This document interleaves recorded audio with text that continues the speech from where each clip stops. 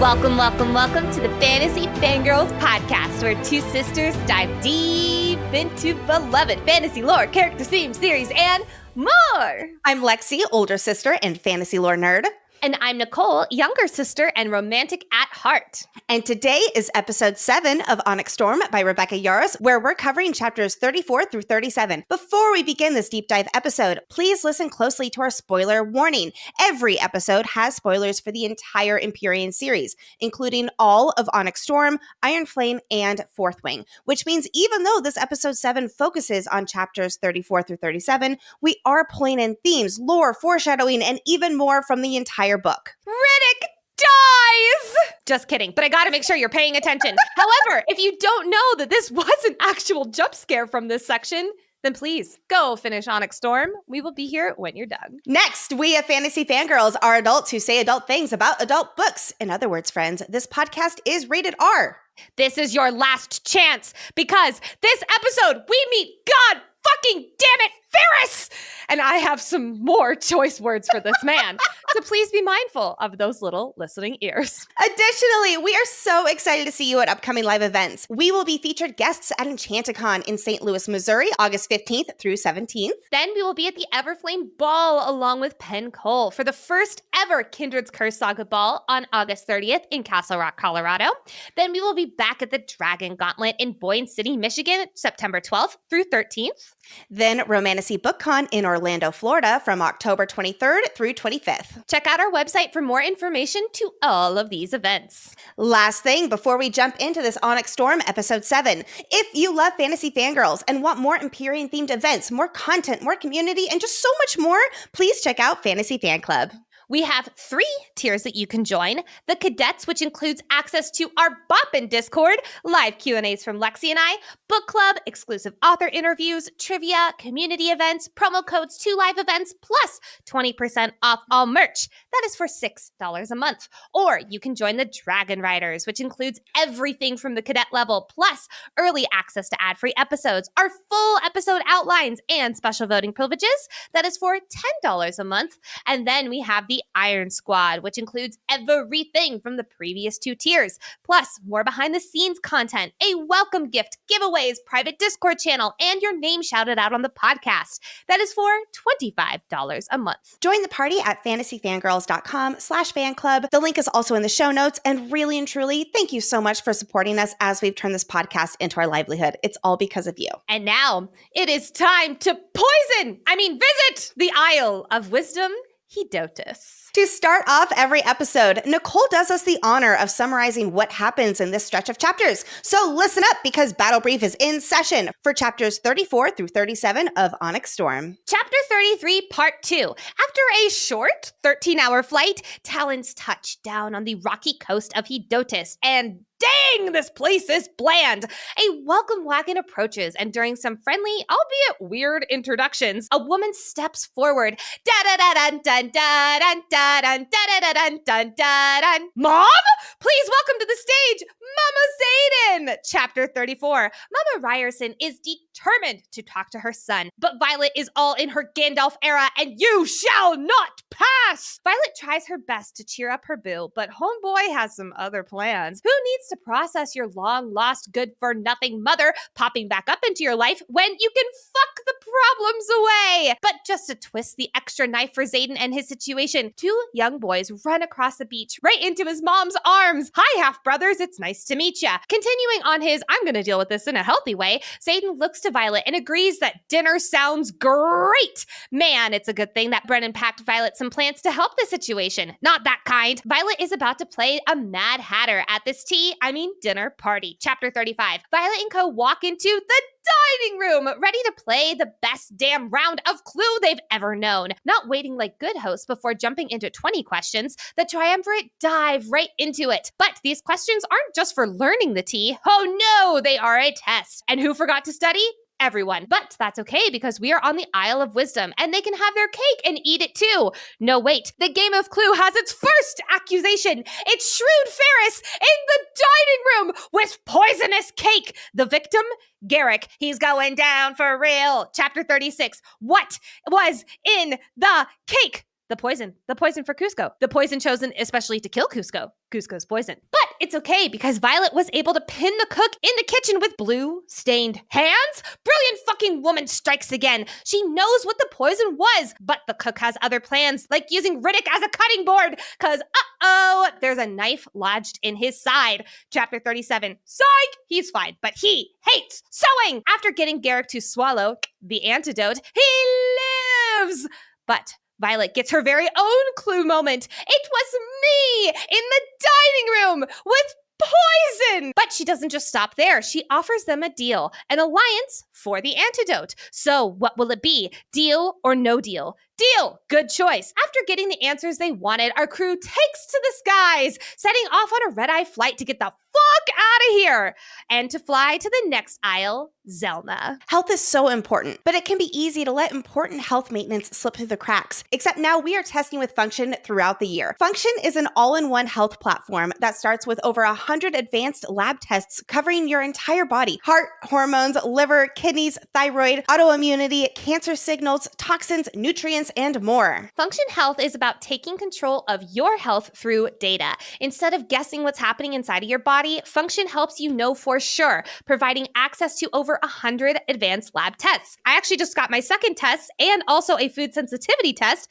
done literally this morning, right before this recording. Your first set of tests is to help establish a baseline for your health, giving you a starting point to compare future tests against. I learned just off of my first test alone that there were two things that were like, oh, that's quite a flag that I'm really excited to explore more. This makes it easy to spot changes, even subtle ones, and address them proactively. Health is universal. Function Health is for anyone who wants to understand their body better and make informed decisions for a longer, healthier life. Function currently has a waitlist, but they are offering our audience the chance to skip it. Huzzah! Head to functionhealth.com/FFG or enter code FFG when signing up so you can skip the waitlist. All right, writers, it is time to don our signet power and discuss key insights, character analysis, lore, foreshadowing theories, and so much more. It is a 13-hour flight from Umbriel to Hedotis, and our quest squad just flew through the night to arrive to this isle's capital city, Vidiris, in the morning. A few things Violet immediately notices about this area. Number one, the weather is a little colder this far south. Real quick, I know there's been some confusion among the fandom with how Deverelli is stated as the southernmost isle, but it's actually the closest to the continent. I'm going to be honest, friends. I don't have an explanation for this because every fan-made map I've seen and all of the other descriptions of Deverelli's location make it actually the northernmost isle closest to the coast of Krovla. But back to Hedotis. I assume it's colder because it's further south away from the equator, and isles like Deverelli and Umbriel are positioned near the equator, which is why they're warmer, or perhaps the colder weather somehow relates back to its extra lack of magic. Though Rebecca did say this world is similar to ours with how the closer you get to the equator, the warmer it is. I also got to see in my weather class in college, so I am not the best person to talk about this. I remember correctly that was one of the hardest classes you've ever taken. No, it was supposed to be an easy science class, but I hate science so much that I don't think I ever got more than a C in science.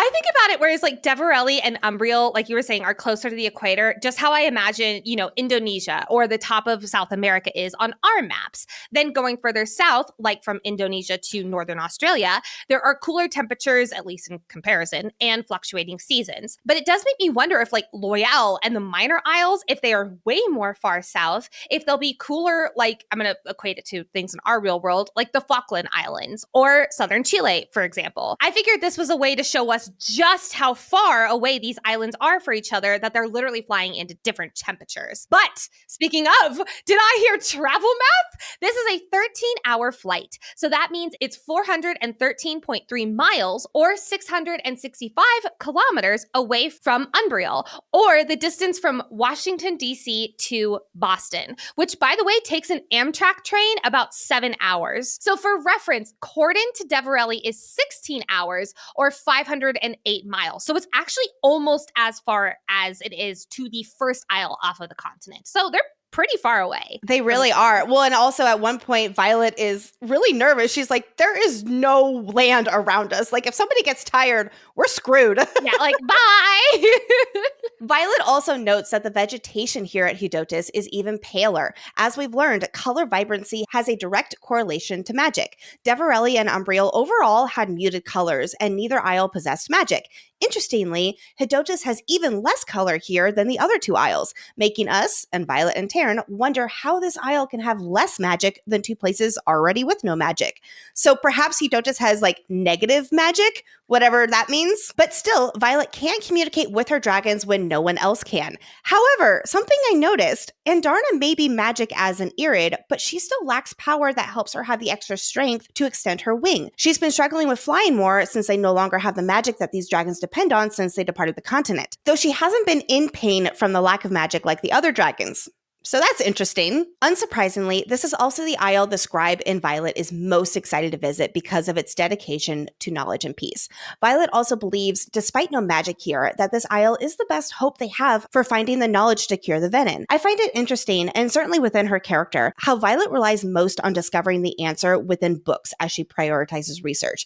Yes, of course, they are searching for the seventh dragon den too, but she has gone to great lengths to access every book she possibly can in hopes of finding the cure. As Andarna has said, they have to explore every possibility, go down every path. So it absolutely makes sense that this is Violet's strategy, but I think her research will ultimately help guide her to the solution and only be like 10% of the equation. Basically, the answer she's looking for will not be in a book or in wisdom, like she's kind of expecting it to be. Though as excited as Violet may be now, she's already recognizing the lack of historical identity and character to this isle. The city may be beautiful, but it is perfectly uniform. That's because about 150 years ago, the original structures of the capital were razed to the ground. Then the city was rebuilt with intention for a flawless and proportioned layout. The triumvirate will pat themselves on the back for these improvements, and will learn the smaller towns are getting similar treatment to rejuvenate and conform to this intentional architecture.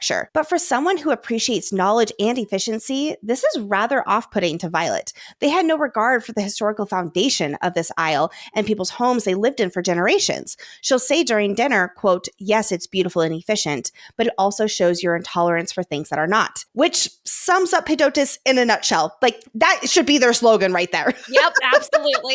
Landing on this isle, Violet is rather hopeful. Like, hey, maybe they'll have a cure for Xaden here. Considering that after in just a few chapters post Irid's meeting, this hope will be pretty lost in Violet for a moment. This feels so sweet, and I'm not going to say innocent, but just sweet is a good word for it. Meanwhile, Drake and Mira are fighting over Pelson flight maneuvers, and I love that basically her love language, I'll even say their love language, is just fighting with each other, because this is absolutely flirting that is happening in my head right now. And then when Marin asks Drake if he's seen Mira's right hook, he's like, I have.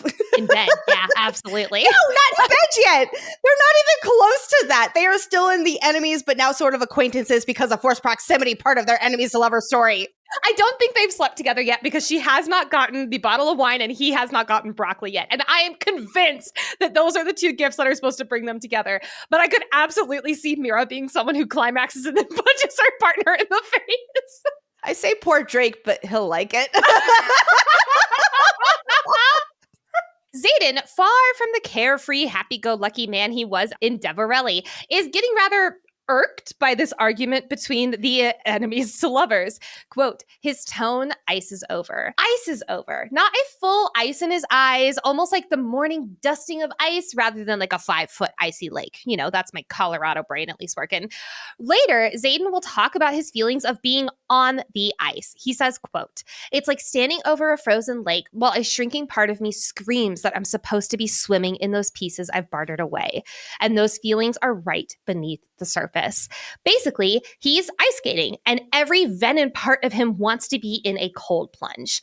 This is something that is fairly small in comparison, Mira and Drake fighting, at least to the last things that have set off Xaden. So Violet and Garrick share a what Xaden will call a oh no glance. Basically, the be ready for anything, including stopping him in whatever way possible glance. As Xaden will explain later in the privacy of their room, he's aware of these moments when he lacks emotion, and he'll call it freeing, to not feel the messiness and hurtfulness of life that he'll experience soon when he finds out who is on Hedotus. And I'm not gonna lie, I kind of love this extra pull to venenism. It's not just about craving power, which is enough to get a lot of people to turn venin. There needed to be something that would also draw Xaden in. And power is not what he craves. But in this chapter of life, he has so many emotions and he hasn't even seen his mama yet. And if he truly feels any of them, he might lose control. And the idea of just being able to turn off that dial, especially now with one of his deepest emotional triggers, his mom, is about to be staring him in the face. Yeah, it's real fucking tempting. I'm getting ahead of myself though, because we are not there yet. We've got company though. Half a dozen people approach our squad, each dressed in tunics and gowns of various pastel colors. Can't be too colorful here on Hedotus. Some wearing one shoulder billowing gowns. Toga! Toga! Helion would be so proud! But while I'm enamored with their togas, they are enamored with the dragons, or at least one of them is. Gone are the Firebringer days or the big crossbolts. No, here we have a greeting party. And leading the charge is a middle-aged man with red curls broken up by 2 strips of silver. And his metallic embroidery on his tunic looks like this dude is loaded, if the giant red sparkling gem on top of his cane didn't already give it away. But something is quite different about him. His eyes shine so blue that they're practically purple. This is due to a mineral called valadrite, which is in everything they eat and drink on the Isle, and it changes paler eyes to purple. Note, only pale eyes though, because Talia, who has the gold-flecked onyx that Xaden sadly used to have, she has eyes just like Xaden's. They're not purple. We will come to know this fucker as Ferris, the second of the triumvirate. I love that he's not first. And surrounding him is his household, ready to formally make the acquaintance of Quest Squad and escort them inside. But wait, there's one more! You see, Ferris's wife was so overcome by the magnificence of their dragons. But better late than never, she strolls up in her long, unbound black hair and pale green gown, and immediately locks her eyes on Xaden. Hi, Mom! I remember how satisfying this reveal was when we first read it. With so much of the story focused on the Isles, I figured it was only a matter of time before Nicole won our bet that Xaden's mom was indeed on the Isles. So good job, Nicole. You were right. You get a gold star. I lost the bet. In fact, just a few days ago is when I took my shot of Jägermeister that you all voted on during our live Q&A with the fan club. I do have to say, I love how your catch-all for everything being on the Isle Kingdoms turned out to almost all be right. Yeah. Xaden's mom and the Irids are indeed here. Was this reveal a little predictable for how much we've speculated about Xaden's mom and all the emphasis on the Isles? Yes, but the plot twist with her husband certainly took us by surprise when it comes in later with everybody being poisoned. It's like, oh my God. Well, speaking of surprise, even though they're acting all surprised to see this Quest Squad, we will come to learn that these lovely hosts knew they were coming due to a warning by King Cortland of Deverelli. I will give Talia this, because I'm not going to give her a whole lot in this episode. She's very good at hiding it and faking her surprise here. Yes, she was overcome by the dragons, probably because this is the first time seeing one in like 13 years. And maybe she wants to see which one her son is riding. I don't know. But even as her gaze immediately falls onto Xaden, she flares her eyes in blatant, palpable shock. Exactly. She's quite the actress here. Like you mentioned, we'll find out soon that she's known her son is coming. That's why she's been hoarding this chocolate. But despite preparing for his arrival, I think that she can't help but be truly shocked to see him all grown up, for the reality that her son is here in front of her when she didn't think she'd ever see him again. She's been hoarding the chocolate to give him an early birthday chocolate cake. It'll be like her peace offering. Remember, she doesn't know that her husband will be testing them by poisoning it. So I really do think that while she is still acting surprised by his arrival here, she is a mother overcome by reunited with her son she hasn't seen in 13 years, who she didn't want to leave when she left Tyrrendor. It still needs to be stated that she did leave, but I do think there is some genuine shock here too, even though she knew he was coming. Yes. Ferris, however, by walking out to greet the group of trained lethal killers with arms outstretched, he's maybe not the most subtle. They were on the Isle for but a few minutes before Ferris was like, hey, you made it! It makes me think that they were just waiting by the door, by the windows, and like, you know when you were a kid and like a friend was coming over and you would just wait on the couch like staring out the window, and then the second the friend came over, you were like, go, go, that's exactly how I imagine this being, just maybe without the friendliness. Or the long-term friendliness, I'll say. Fast forward several hours, and Quest Squad is getting settled in Talia and Ferris's house. Violet and Xaden are put up in a beautiful room meant for distinguished guests. Pinky ups, everybody, which she reflects the room feels too pretty to touch. Again, what a contrast to their Navarian culture, where everything is practical and beauty is far from a priority. They've sent their missives, which I presume are missives back to Basgaith, so even though they're disobeying direct orders by continuing to travel to each of the Isles without reporting back to Basgaith or even Deverelli, at least they're communicating. I also think Chapter 37's epigraph from Violet to Ree is one of these missives they sent, where Violet tells her, quote, I wish you and Sawyer were with us, but I'm grateful to have Riddick, even if his sarcasm is wearing on Mira's last nerve. Pause, because as Talia notes, she's sending their missives back with a ship that is bound for Deverelli that's currently in the Hidotus harbor. I'm wondering if this is the ship that is going around isle to isle, just spreading the news that Quest Squad is isle hopping. And this is the ship stopping on their way back from visiting all the major isles.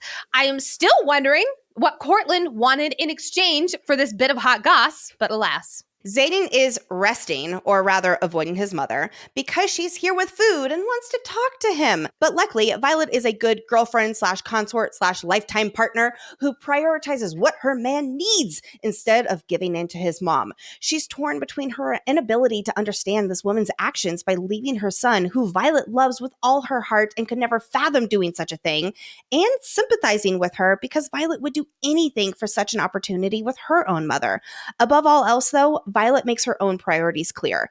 Xaden's well-being is most important to her. She won't put him through hell for their mission because nothing matters as much as him. And if that means leaving without discussing an alliance or even searching for the cure here, so be it. Which you can tell really does startle Talia. That's impractical from her perspective and not something she can relate to. As we'll come to learn with her current husband, who is literally willing to let them die out of stubbornness. But also, she experienced this with Fen too. He would never have prioritized a loved one over his territory or his mission. So the two women come to an agreement. Violet will ask Xaden about dinner, but if he doesn't want to come, there's no forcing him. Among Gretchen Rubin's four tendencies, Xaden is definitely a rebel. Like my husband, tell him to do something and he will do the opposite just out of spite. Talia has known for a minute that her son is arriving to Hidotus. She's been stockpiling chocolate for chocolate cake testings, etc., things that we've talked about. Between what we'll learn about her prep, along with how we see her acting here, asking again and again for dinner, and practically bending over backwards to look into the room and see her son that she left 13 years ago, it is really easy to look at the scene through Xaden or even Violet's POV and want to say, dang, Talia, give them a fucking minute. And while I don't think that's totally wrong, they just found out she's had a while to process. I do want to look at things through her eyes for just a moment. We learned that she was, quote, so young when Xaden was born. We can assume, based on her actions and Fen's epigraph about marriage not needing love, that their marriage was maybe not the happiest moments of her life. So when he was 10, she gave him chocolate cake for his birthday and then yeeted out of Tyrrendor later that night. She doesn't say she regrets leaving Tyrrendor, but you can tell that there's been a longing for her son these past 13 years. While she's definitely convinced herself that leaving was the only choice, even justifying that it was best for both of them, even though, as Xaden will say, it was just best for her, it doesn't erase that she does care for him. You can feel her regret and guilt sleeping in from the page. Again, not regret from leaving Tyrrendor and Fen, but regret from getting to see Xaden grow up. And now she has the opportunity to reconnect with that son. And she's grasping, emphasis on grasping, at any chance to bridge that gap, even if she knows she has no right to demand it. After all, she doesn't know the man he's become, but after seeing him, even briefly, it might reassure her that he did survive without her and that he's okay and that she didn't break him by walking away. After all, he never knew where she was from and he just ended up here. I know we worship Hedion on this isle, but this sounds like she'd be thanking Zanal for this gift bestowed upon her.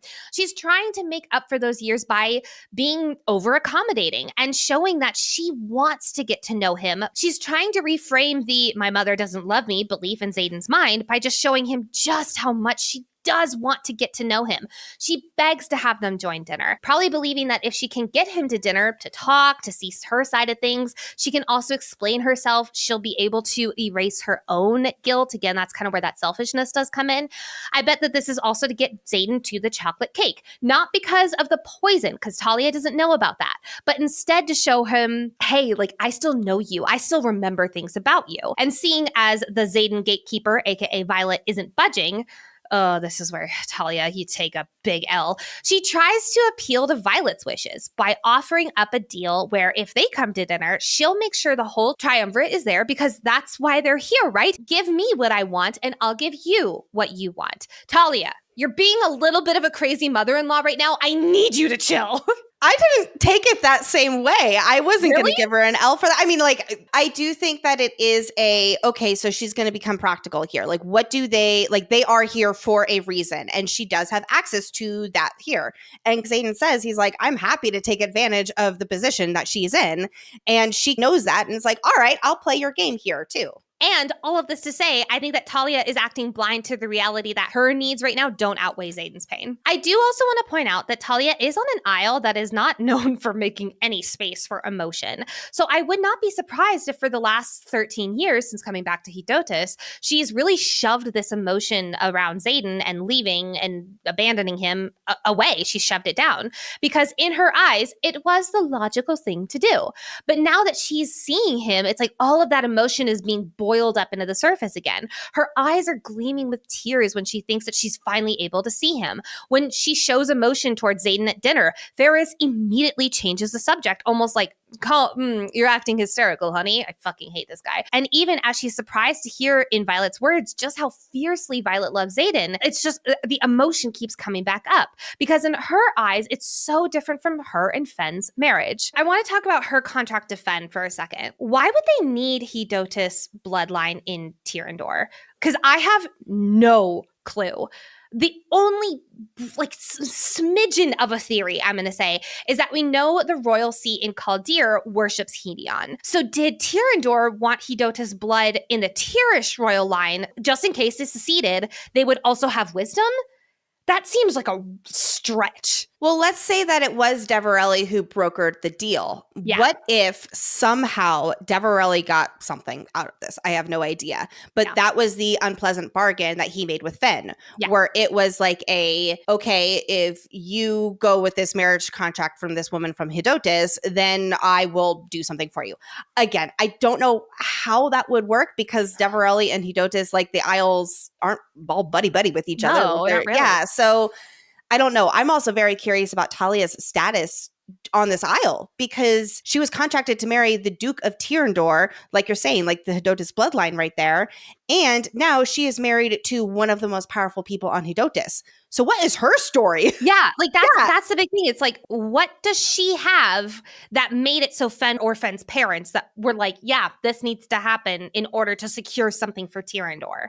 Maybe it has something to do with the knowledge that Hedotus had. Maybe there is something about the Venin and Fenn needed that information from them. And so it was part of the alliance deal with them.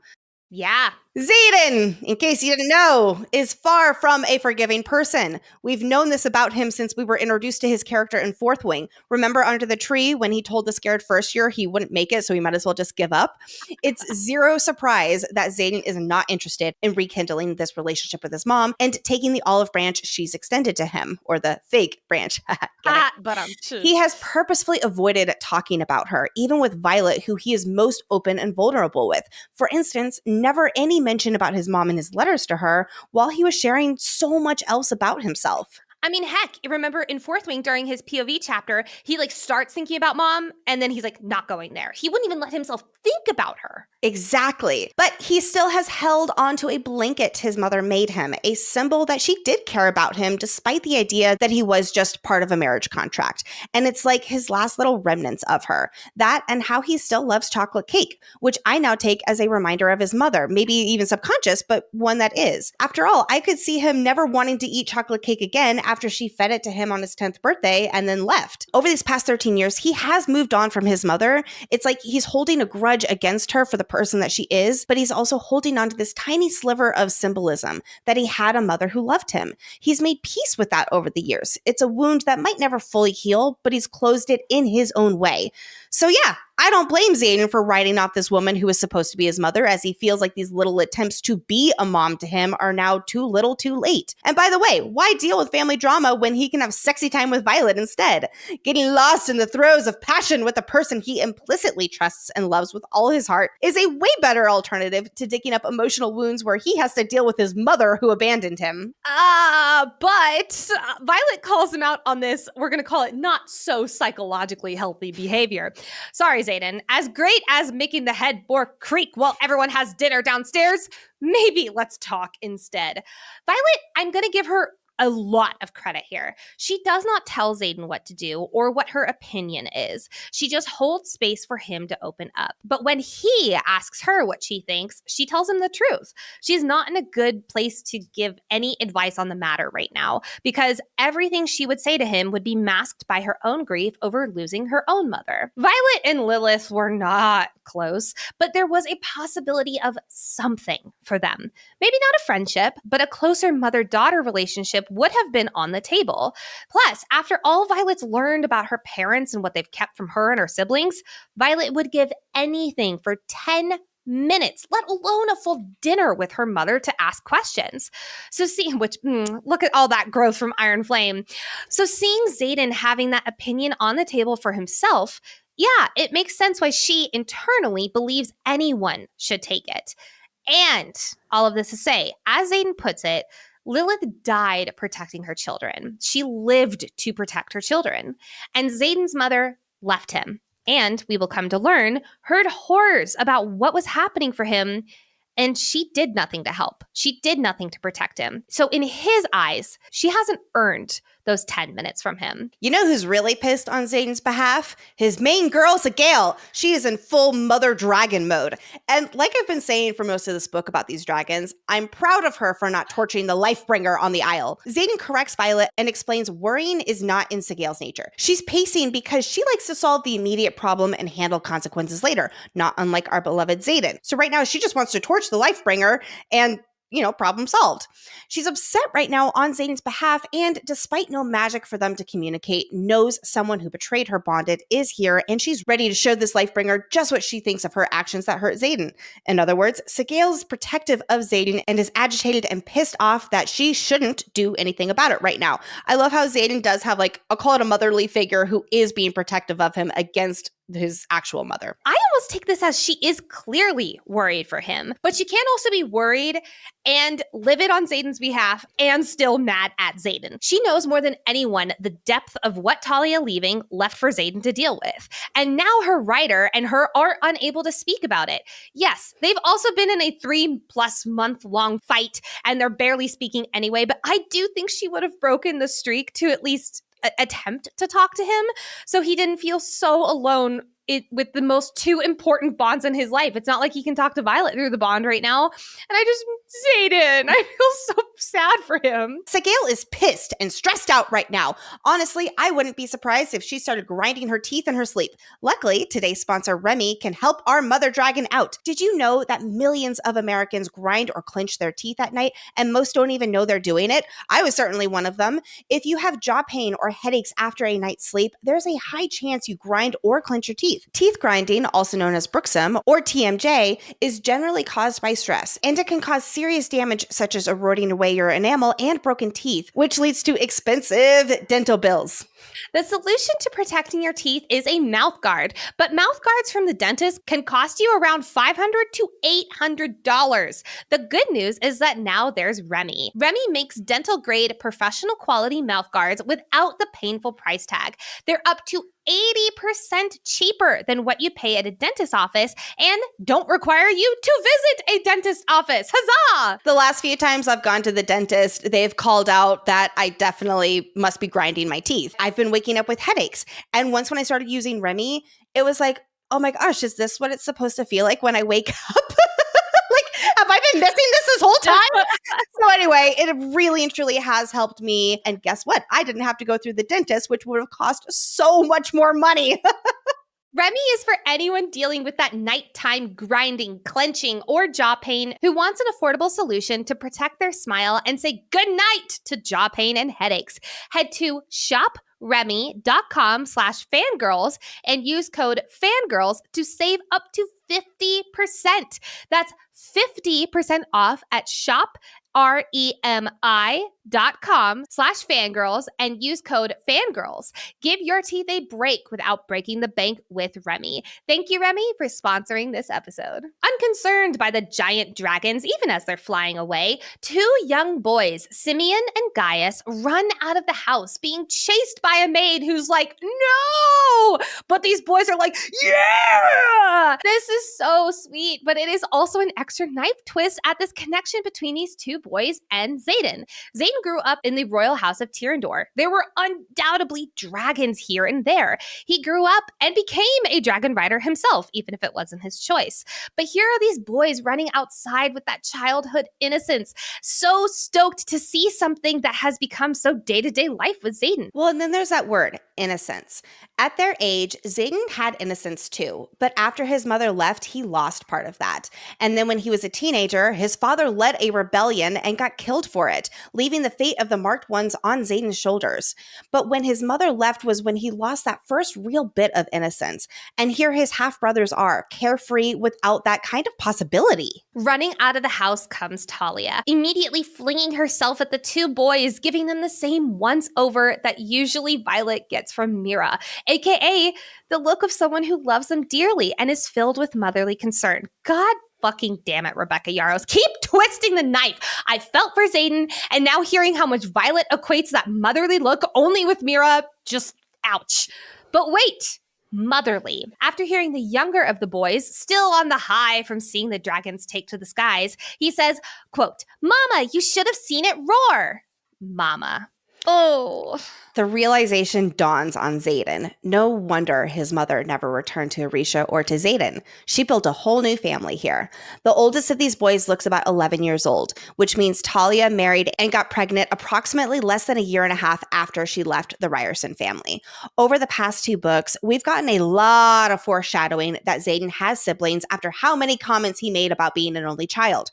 Turns out, he's not an only child. He has two younger half-brothers. Though important to note, Xaden won't view them as half-siblings. Later in the book, even Violet will think to herself how he does have two younger brothers who he doesn't acknowledge, and she thinks better than to correct him. But damn, if Xaden isn't hurt by his mother leaving him to start a new family. As he views it, a better family, one she isn't contractually obligated to, but that she loves and cares and stays for. While we don't know a whole lot about how Talia acted with Xaden when he was so young, here we see her terrified for her two youngest boys' safety. She's having to calm down her trembling from them being in danger. And as we will learn later, she knew about Tyrandor losing the rebellion. She knew about Fenn's execution, Xaden being forced into the quadrant, all of that horrible stuff. He was in all the danger, and he was fostered as a result of it. And while his mother knew, she was off building another family. Again, we don't know if she's contracted to Ferris too and wasn't able to leave as a result. But to be honest right now, Xaden doesn't care, nor is he thinking at all from her POV. A little scarily, this revelation is what changes Xaden's mind. You know what? Dinner with my mother sounds great. I believe this change of mind is for two reasons, even though they're kind of conflicting reasons. Well, actually, first of all, I think he ultimately would have gone to dinner for Violet's sake if he didn't learn about his mother's new family. It would have just taken him longer to come to this conclusion. But for one, Xaden is drawing upon his unemotional side, where this is a transaction to get in with the triumvirate. He's putting aside his personal feelings about who exactly this dinner is with and trying to bottle up his emotions to keep his eye on the prize. And second, which, yes, is contradictory to what I just said, he's being spiteful to his mom. Fuck it, sure, I'll go have dinner with her. I'm not going to hide away because she deserves to know how much I don't care about her. Which is exactly how he's going to act at the beginning of the dinner. Cold, calculated, and with plenty of jabs to throw in his mother's face. Again, maybe not the healthiest way to deal with this, Xaden, but I also don't disagree with him. Violet sees her man start to retreat back into that cold mask he wore during her first year. And given his opening up about not wanting to feel things, yeah, it freaks her the fuck out. Is he going to channel again? Does he know that she has a charged alloy in her pack and that he could drain and immediately find that emotionless relief? Instead, she reaches out her metaphorical hand. Don't barter it away. The pain, the mess, give it to me. I'll hold it. I know that sounds ludicrous, but I'll find a way. I'll hold everything you don't want to feel because I love every part of you. I love this monologue, even though it doesn't have the impact on Xaden that she's hoping for. There are times when our partners might not have anything to give, when they are drowning in their own pain. They're unable to see a way through it. And in those moments, love is not about fixing them. Instead, it's about saying, I see you. I'm here. You don't have to carry this alone. And sometimes that's really enough to help them find their way back. Violet comes to her own realization when Xaden goes to wash up. And while it's a little vague in this moment, we start to see her plan for dinner form.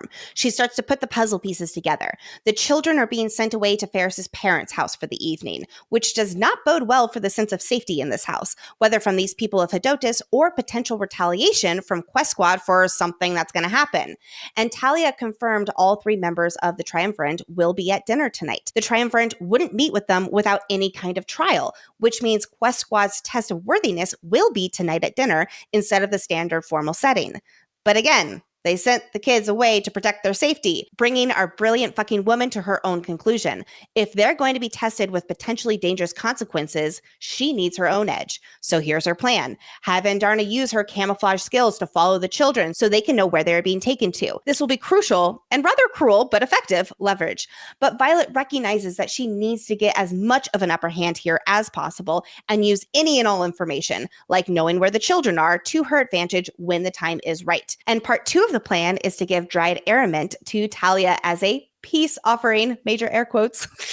What is arament, you ask? Arament is a plant that, when dried, has a light green leaf and is found in Aretia. However, it is very illegal to export. You'll find out why. And by itself, arament, when steeped in milk or turned into a tea with lemon or even a little chamomile that sounds lovely, it works wonders for sleeping and healing, which is what Brennan used after Violet was poisoned back at the end of Fourth Wing to help her heal.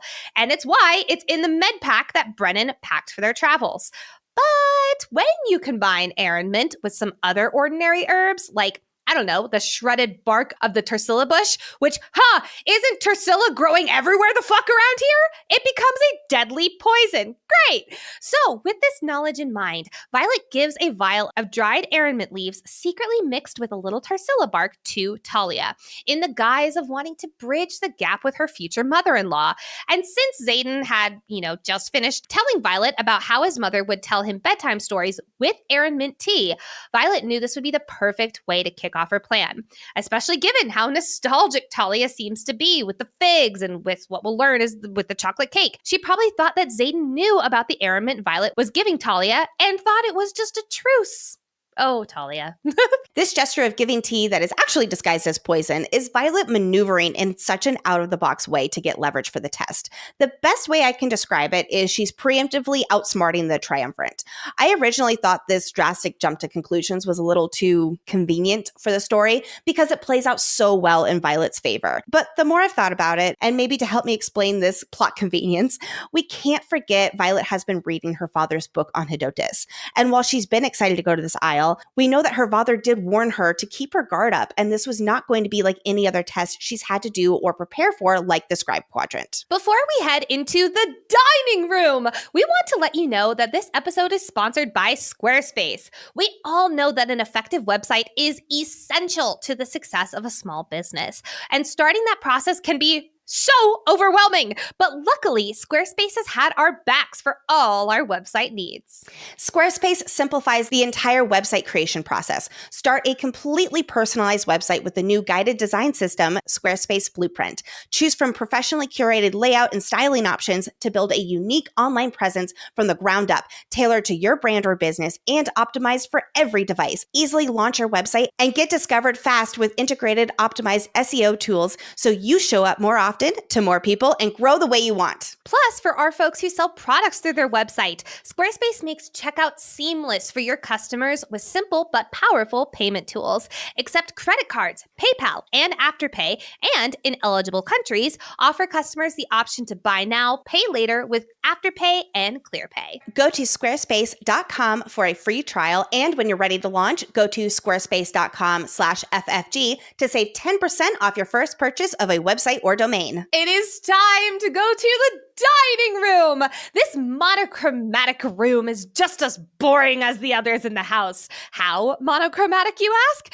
So much so that Niari, Rosalind, and Ferris, the three members of the triumvirate, all dressed in their monochromatic ceremonial robes, would blend into the wall if it weren't for their heads. So I just imagine they look like like floating heads. Sitting next to the triumvirate is Talia, of course, and she is looking pretty hella uncomfy. Also seated at this 10-person table are Garrick, Kat, Arik, Mira, Violet, and Xaden. Xaden seems to be closer to the closed-off asshole who she met on Parapet, though, than the one we've gotten to know over the last few books. Just like Violet deduced, this dinner is their trial of worthiness to receive access to the city and, most importantly, enter formal conversations with the triumvirate about an alliance, the seventh dragon breed, and more knowledge this Isle of Wisdom may be privy to. In case you need a refresher from last episode's archives, here is Hedotus's trial procedure where you must prove your wisdom and worthiness of the city and the triumvirate. This test is usually done in a formal and public setting in which the triumvirate wear ceremonial robes and hold on to jade stones.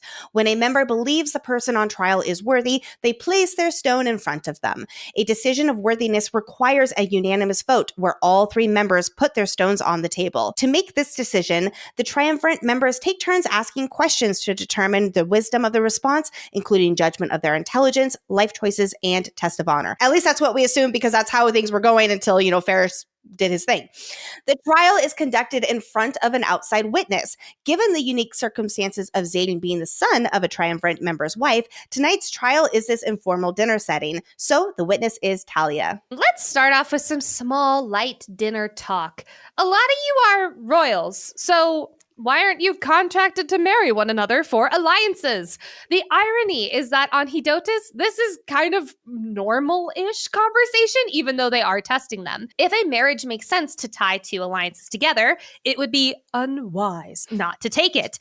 Take Xaden and Kat's betrothal, for example. Because Tyrrendor is the largest of Navarre's provinces, and so much of the land lies beyond the protection of the wards, it's always been less loyal to Navarre as a whole, which is where him and Kat's betrothal was secured. If a royal from Port-Emil and a royal from a possibly seceding Tyrrendor were to marry, then that is a match that makes so much wise sense to have as a new solo nation of Tyrrendor. Then they would have an alliance with Port-Emil already baked in. Also, this is some extra context as to why last book Kat was insistent that she was fighting for a crown.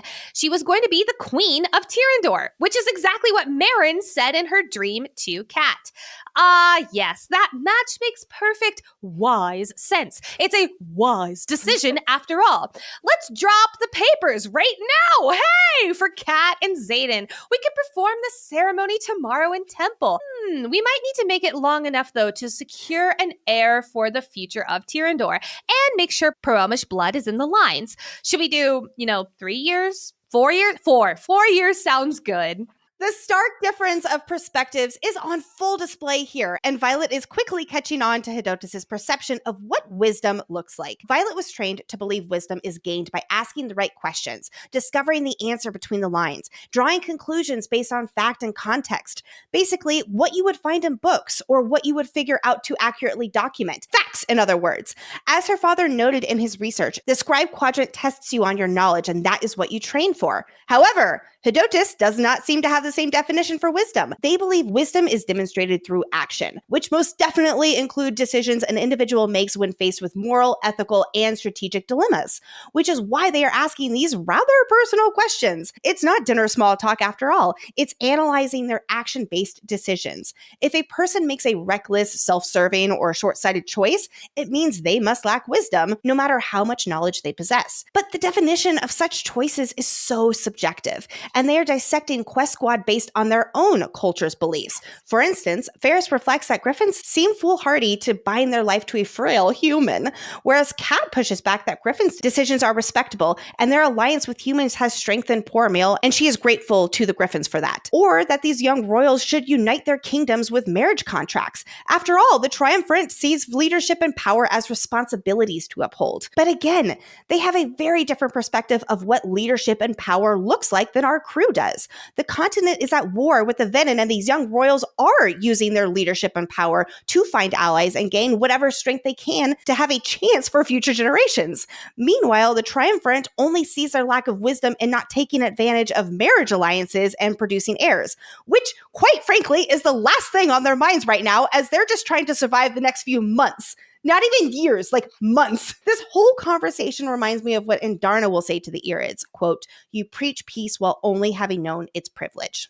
It's almost a little comical that here the triumvirate is like patting themselves on the back for thinking they are, long-term planners. And yet the rest of Quest Squad is like, we don't have a Tyrandor to secede. If we lose the war, you dots. However, it cannot be underestimated that this is part of the test. Draft up the marriage contract and make it official tomorrow. Are you wise enough to see the potential of that and follow through?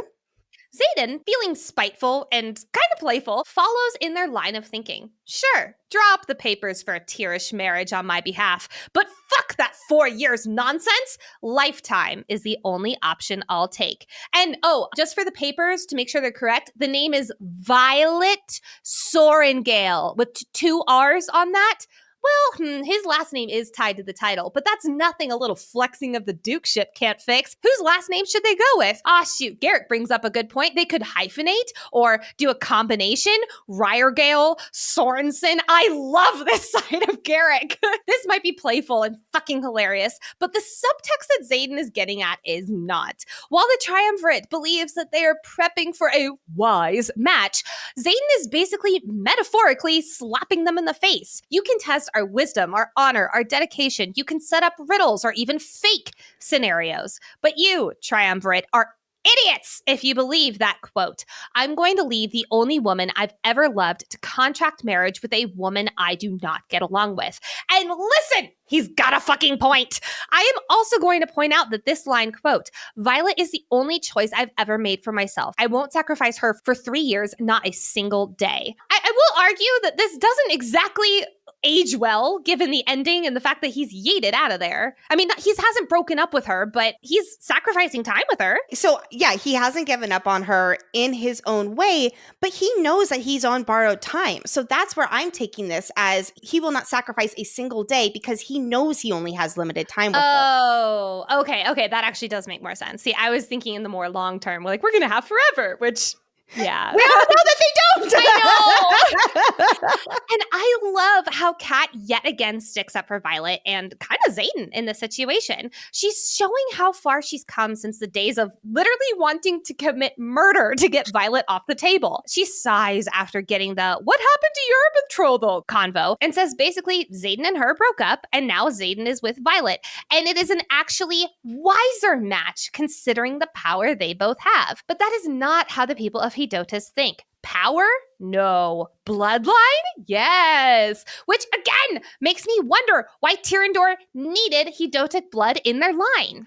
And what is Talia's high status on this isle before/without Ferris? What's her lineage? What makes her? Yeah. And we don't know, but I think we're going to find out eventually. Right now, however, according to the triumvirate, the only way of testing wisdom is relationship choices, which if you look at most people's dating history, mine, it is not the greatest test of wisdom.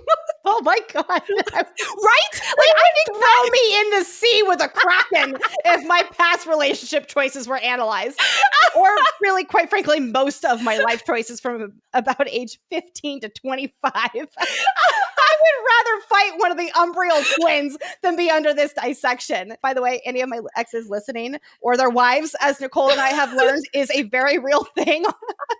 Please don't take that personally. This is not a blanket statement. I'm sure we had a lovely relationship, and I hope you're happy now. Anyway, let's try something else. Sick mirror on them. with her words, not weapons, like for once. She pulls such a good sister move and states the obvious. This interview ended before it began. These triumphant members already judged this group based on the information they already had, which is such a great point. Little do they know or care that Violet is the smartest person in this room, or that Xaden tore apart Basgiath to save her, then returned to Navarre to fight against the Venom because it was the right thing to do, the selfless thing to do to protect others, or that Kat lives in the most hostile environment, Basgiath, so she can help her kingdom with this alliance and unite with riders to be stronger together, or that Aretia didn't want to acknowledge his royal status, but he did it anyway, so they have a capable royal representative. Quick pause, because can you imagine if Halden was here? You know what? Actually, he would probably do well under their judgment because it's so warped. He would either do very well or he would be the one with the Kraken in the sea. And there's no in between. Exactly. No in between. Or that Garrick is the most loyal best friend anyone could ask for. You know what most of these people have in common? They have done selfless deeds and put themselves in danger for the sake of their people.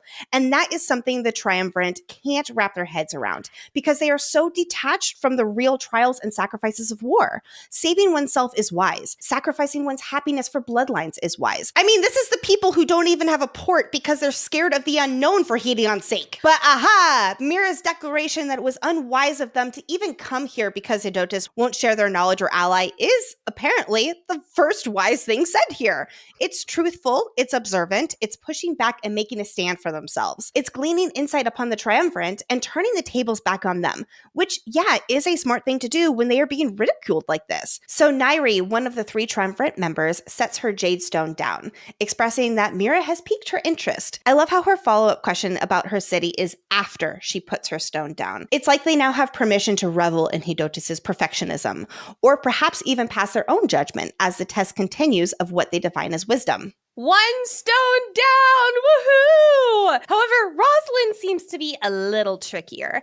After Violet's answer of, what do you think of our city, doesn't really match with their opinion, which again is another error of this test. Wisdom is subjective, but at this table, the wisdom of Quest Squad has to match the values and beliefs of the wisdom of Hedotus. Which, I will say, as much as we are giving them a hard time for this subjective judgment, I can kind of understand how they want this wisdom to match their beliefs and values in order to gain a formal audience with them. This trial essentially eliminates the possibility of wasting time with anyone who doesn't align with them from the get-go. Think about sometimes when you get a meeting proposition and you're like, I don't really want to be in this meeting because I don't align with whatever they're saying. And then you don't go to the meeting. Yes, this is short-term and narrow-minded perspectives of them refusing to speak to somebody who does not believe in their version of wisdom. But for an Isle who only knows peace, again, it just brings back that peace is privilege. Anyway, if that question doesn't work about the whole city stuff, let's find a different approach. Rosalind asks them if they're supposed to take criticism from a group who does not even know the name of their own freaking continent. And as Violet's starting to figure out the exact answer in her head, especially given how the previous Isles have addressed them, it is actually Aretia, who's been pretty silent this whole meeting dinner, who steps in. Amaralis is the answer, or Amalekis, according to Poromil. But considering those 2 parts of the continent haven't really been able to decide on anything for hundreds of years, let alone a name, the continent is what it has morphed into. Well, look who decided to finally show the fuck up! Turns out that Aretia likes to keep his mouth shut until he understands the rule of the game at hand. Reason 1,000,001 why Aretia is a better king than anyone else at this table, quite frankly. I'm going to be honest, I am falling harder and harder for Aretia in this deep dive. Like, he is slowly making his way up to book boyfriend. Like, I could see him by the end of the series because I like him. I want to see him in a romantic setting. But I just love how he's like, you know what? We don't even want to be your ally. It's like he's removing himself from this trial because it's not worth his time or energy. But he's not saying it in a pompous way, just in a I'm wise way, at least to me. He's taking back the control of the meeting, but not in a manipulating way. It's in a as fact way. Yes. Well, Aretia, you are the highest ranking noble and smarty pants at this table, so why aren't you in charge of this Quest Squad mission?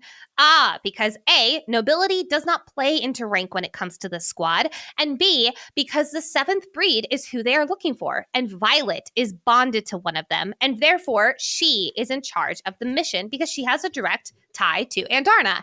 Again, this style of thinking just shows how this crew is so much wiser because they have the ability to ebb and flow and adapt, versus Hedotus, which states your nobility equals your rank, and no other context is included. These people are so fucking black and white thinkers, and yet patting themselves on the back for believing that they're geniuses, when in reality they are that narrow-minded. Well, it's interesting because this high leadership is elected, which Kat was turning her nose up to earlier in the stretch of chapters.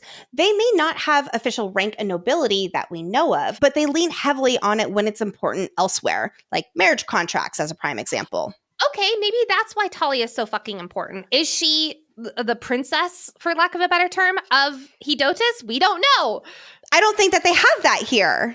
That's why I'm confused. But like, is her family of nobility somewhere else? I could see her family being like one of the really wealthy families of Hedotus. A quick break from all this political maneuvering to talk about groceries. Dun, dun, dun. At the end of the day, I've spent most of my time deep in outline mode. I am just spent. And what little time and energy I have left, I want to spend it having quality time with my husband, Brett, or watching a new TV show that we're obsessed with. The last thing I want to think about is groceries. That's why Hungryroot is our hero. It's the easiest way to eat healthy. For me, I sometimes struggle with making sure that I can plan a truly balanced grocery list, but Hungryroot is like having your own personal shopper and nutritionist all wrapped into one. They take care of the weekly grocery shopping, recommending healthy groceries and meals tailored to your tastes, nutrition preferences, and health goals. They make it easy to eat high quality, nutritious food and achieve any diet or health goal, from anti-inflammatory to gut-friendly, gluten-free like Nicole, or dairy-free, high protein, and more. Like Lexi mentioned, I've gone gluten-free recently, and one of my favorite new dishes was actually from Hungryroot. It was gluten-free pasta. It was a vodka sauce, and then this like chicken sausage that went on top of it. I devoured that dinner. It was so yummy, and everything in the box was tailored to my new gluten-free lifestyle. And they were really yummy. Like I got like peanut butter cups and stuff like that. It was so good. You're gonna love Hungryroot as much as we do. Take advantage of this exclusive offer. For a limited time, get 40% off your first box, plus get a free item in every box for life. Huzzah! Go to hungryroot.com/FFG and use code FFG. That's hungryroot.com/FFG, code FFG, to get 40% off your first box and a free item of your choice for life. hungryroot.com/FFG, code FFG. My rant about the triumvirate aside, the 7th breed mention is what does it. What's confirming that Violet does indeed have a 7th breed of dragon. Rosalind Stone goes down, down, down. She's curious about this. I think it's so interesting that it's curiosity, that Rosalind and Nairi, it's what makes them put their stones down. And both of them say something along the lines of like, it piques my interest, or that makes me curious. But I have a feeling Ferris is not that way. Yes, it's like these women members recognize that there's a lot more to this quest squad and they want to learn more about them. Part of knowledge and wisdom is curiosity. But also, while I believe that Irid Bond is what secured her curiosity, I'm going to give Aretia some credit too with how he stood up to them. We're noticing a pattern with the two who didn't put their stones down. They didn't put them down partly because the people who convinced them were not playing their game. So huzzah! 2 out of the 3 triumvirate members have put their stones down. But since this needs to be a unanimous decision, let's turn our focus to Asshat Ferris, who is, in his words, a little more shrewd with his approach. In other words, he's not playing the curiosity trial game. He asks another question. If Violet truly seeks knowledge, why does she not worship Hedion? She gives the same answer we've heard her share before, that wisdom is to be earned, not prayed for. And sure, she would revel in their library, but the only thing that matters right now is information on the venin. Back when they were arriving to this isle, we talked about how excited Violet was to come here, and how this is the most likely place to have knowledge about finding a cure to venenism. But she's got a different tune now, after spending some time with this leadership. Though Ferris does seem intrigued by what she's looking for, quote, a weapon to destroy them perhaps? While this is a pretty easy conclusion to come to, it makes me wonder, Do they know anything about the Irids and how they are a weapon? So this is more like a prompt to see how much Violet knows. I'm leaning no, but you just never know with this shrewd Ferris guy. I have to wonder too, is Ferris stalling until the cake is ready, since that seems to be his real test? Perhaps his question was a cue for the servants to deliver dessert? Because, like I mentioned, he's not proceeding this trial the same way as the other two. Curiosity doesn't matter. So it's either Quest Squad has not proved enough wisdom for him to call off what's about to happen, or what's coming up is ultimately the only true trial. Ferris, your shrewd approach will have to hold off for just a moment. After all, we have to do something with all that wink, chocolate, wink, that Talia, wink, has been buying for weeks. Wink, wink. The servers return with everyone's perfectly sliced chocolate cake, aka Xaden's favorite dessert. And Talia lights up. Is it still your favorite, Xaden? We tried 1,001 recipes and this was the closest to Aretia, Xaden. I know that your birthday is a few weeks away, but since you're here, Xaden, happy birthday to you. Wait. Shit, not everyone has forks. Talia, Ferris, Raslin, and Nairi are all without forks. But don't worry, outsiders. Please don't wait on our accounts. Hi, red flags. It's nice to see you waving about. And thankfully, Violet sees the red flag for what it is with her quick thinking. While it's not in her inner monologue, I assume she's been on high alert for the danger she suspected from the beginning with this dinner and a test. So Violet is quickly putting the puzzle pieces together. Talia has been stockpiling chocolate for weeks because it's an uncommon treat. Why would she abnormally be hoarding it? Like for the intention to make chocolate cake for Xaden. But if she's been planning chocolate cake for Xaden for weeks, then Talia must have known that they were coming, and only the newcomers have forks, with insistence that they go ahead and start eating, where they get a head start of the triumphant and Talia on taking bites out of this cake. And hey, didn't Umbriel know about their alliance with Devarelli? Which means the Isles are communicating with each other. Put it all together, and Hedotus was informed by Devarelli that they would be coming, which means the whole surprise to see their arrival, specifically Xaden, was all fake! Bad, this is bad, they're being played! This is Ferris's shrewd approach to testing them. And he seems to be putting them through quite a different kind of trial than the other two triumvirate members, one that does not seem to do with their answers that they've been analyzing and poking at so far. But it's a trial of, are you able to figure out that this is poisoned before you eat it? Luckily, Violet passed his test and quickly notifies the others. But damn it, because while Violet may have figured this out, Garrick definitely didn't. Tasting the deliciousness of this chocolate cake that tastes just like home, homeboy inhales a third of his slice until, something's off. His eyes flutter shut, and oh no, he fell down! The Empyrean series really does such a good job of keeping all of us on our toes with who is about to die and who isn't. Because sometimes characters we know do die and we're blindsided. Like, this easily could have been him dying. And I just remember reading this for the first time and absolutely freaking out that Garrick was about to die. Yeah. What else is the Empyrean series really good at? Keeping us on our toes with Easter eggs, because I want to talk about this for a moment. As Garrick's unconscious body is falling to gravity's mercy, quote, Aretia lunges, catching Garrick's head before it hits the surface. I always read this as a precog moment. Like, he saw Garrick falling and he caught him just in time. There's also a moment earlier when Nairi ended the prayer to Hedion with, quote, may only our minds know hunger. And Aretia doesn't miss a beat with saying with them, may only our minds know hunger. That could be because he was raised to be a diplomat, sure. But it also could be because he had a flash of a precog moment and he knew what to say. So it all boils down to, can Aretia use his signet in very small amounts on the Isle? And if so, how? He is not bonded to an Irid. But as we've discussed, there is the possibility that Violet's powers are because she's half dedicated to Dune. And that's especially why she could fully use her lightning on, well, maybe not consciously, but fully use her lightning on Umbriel. So all of this to say, could Aretia be connected to the god Hedion? We know that Kaldir is the main worshiper of Hedion on the continent. We know that King Tari is called King Tari the Wise. So could he have also dedicated his sons to Hedion? But maybe it only worked with Aretia. Plus, my God, how poetic would it be for Aretia to be the truly wise one because he's connected to Hedion? Could it also be a wink, wink, nudge, nudge as to why he's very smart and he knows a lot? Rebecca Yarros has also said that if Violet wasn't with Xaden, she would be with Aretia. Is this a reason why? Because they're both connected to the gods. I just assume Aretia is a smart cookie with good reflexes. Like, that never even crossed my mind. I don't think it's out of the question, because if he did get, again, I keep saying flashes of precog, because it would be like a split second before it happened. May only our minds know hunger. Garrick's about to fall. Let me catch him. So it's not to full strength, but I think it would make a lot of sense if he was connected to Hedion. I think that's a fun theory, Nicole. Fine. Back to Garrick, because he's not breathing, people.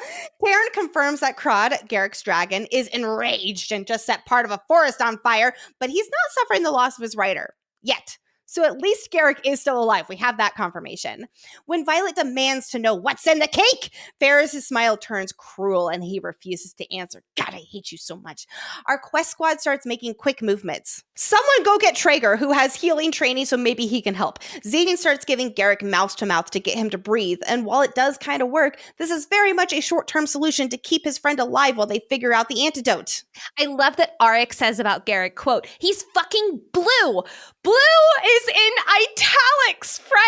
And what finally makes Violet realize that it's the berries, the blue on the cook's fingernails. I love that tie-in where it's like, he's turning blue, and blue is what figures out the cure. And it's in italics, of course. I fucking love it. Talia is horrified by what her husband has done, so it seems clear she had nothing to do with Ferris's true test. He's so wicked, saying that he tested them like Talia asked in the comfort and privacy of their own home. By the way, she is so shocked. I'm assuming this is a little more extreme than the usual tests. Yeah. We also can't forget that Talia knew Garrick growing up. His father was Fenn's right hand, and he and Xaden grew up together. Garrick recognized her on the beach too, so she knows Garrick too. Nairi and Rosalind exchange annoyed looks, so it makes me think they weren't in on this test, maybe, but they weren't surprised by what Ferris has done. Although I don't know. This does make me wonder, though, why would he give them, why would his test be literally life and death? Like, why would he want to wipe them off the map? Or like we were speculating earlier, they did know that this was coming, and they're just like, oh my God. And they even like gave the hint that so that they could put the puzzle pieces together so that they can know whether it's poisoned or not. Maybe they're so annoyed because they're like, damn it, we tried. Giving up on Ferris to spill the beans, Violet uses her smarts to figure out what Garrick has been given, while Xaden panically continues to breathe into Garrick and keep his best buddy alive.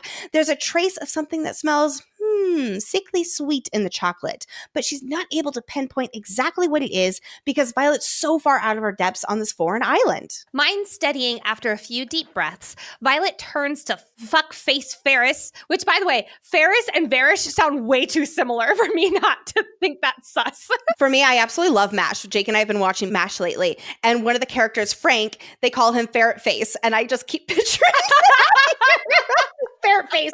Thinking that Violet's next logical move would be to threaten to kill him. Haha, no, Ferris. No threatening needed. But because she's already killed you. What? Like we were saying earlier, Violet came up with her own leverage for this test. This afternoon before dinner, Violet remembered that in the medical pack Brennan packed for them, he left dried arrowroot. There's also a theory that Arik was actually the one who first saw, this is on the continent, he first saw them needing arrowroot, and so that's why he actually put it in the pack, which I think is just a fun theory. Once ingested, though, this arrowroot clock is ticking, leaving the ingester with only 1 hour before they are dead. And if that's not stressful enough, they have until they actually start vomiting blood to take an antidote. After that, it is absolutely useless. So they have about, 10, 15 minutes, give or take, of wiggle room. Even though Violet had no way of actually knowing if the tea would be served at dinner, she preemptively gave everyone on Quest Squad the antidote before heading down to dinner. This allowed them to safely drink the poisoned tea without any suspicions from the triumvirate members. Like, oh, my fork is missing or whatever. Now, Ferris, I'm gonna really poke at Ferris for a second. You're a smart-ish man.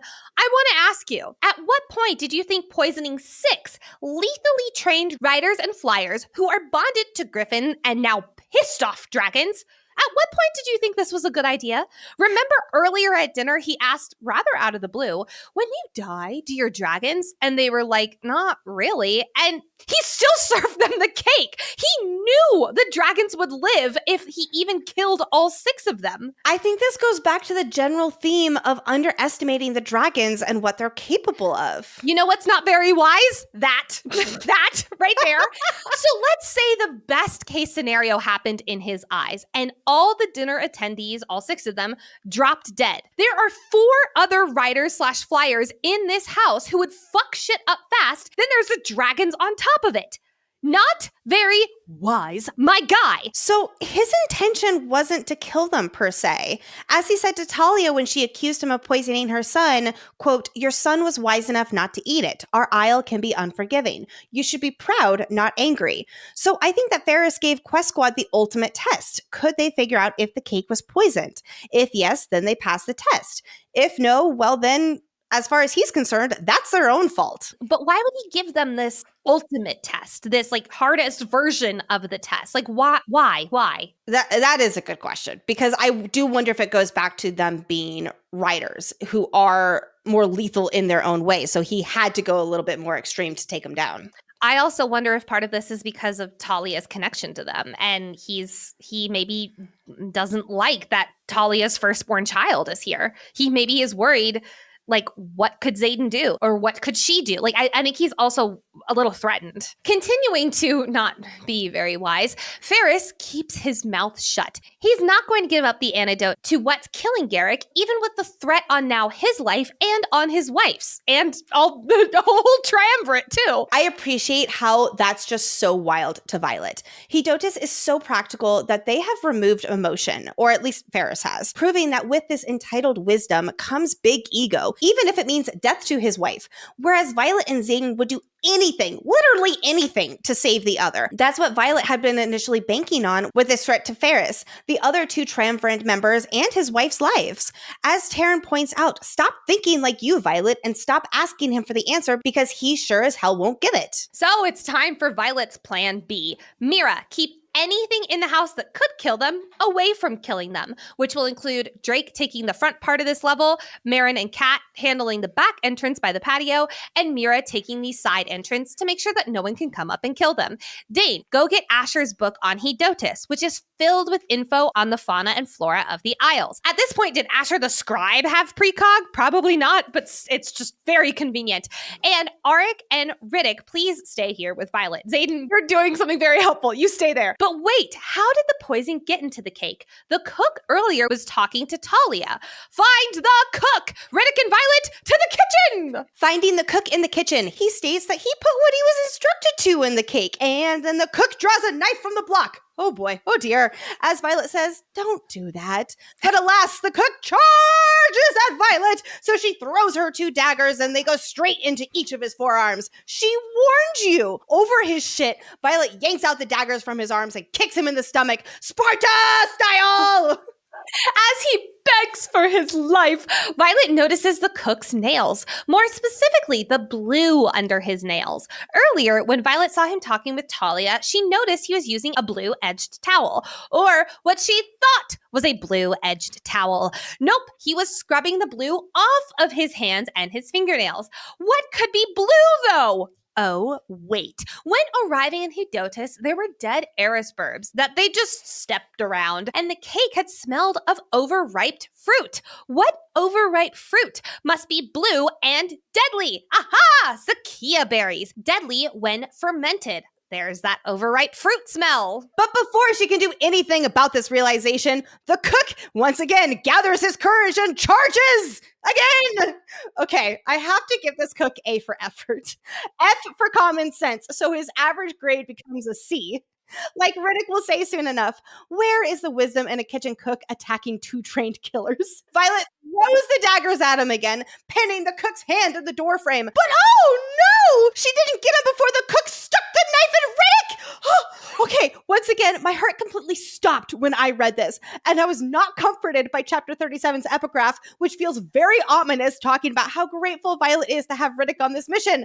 But thank Amari! He lives! And it turns out the knife was not struck in Riddick's side, it just caught his flight jacket. Rebecca Yarros, I'm still not over that scare. Me neither. Never will be. And the way that Violet was terrified for her friend's life makes me nervous. This was foreshadowing for something bad actually happening to Riddick later on in the series. Rebecca shared on the Onyx Storm tour that a character we love will die in book 4, and Riddick is, unfortunately, one of the top candidates. I would be devastated if it was him. or Mira, or honestly any character we love. There's no escaping the heartbreak we know we are going to have.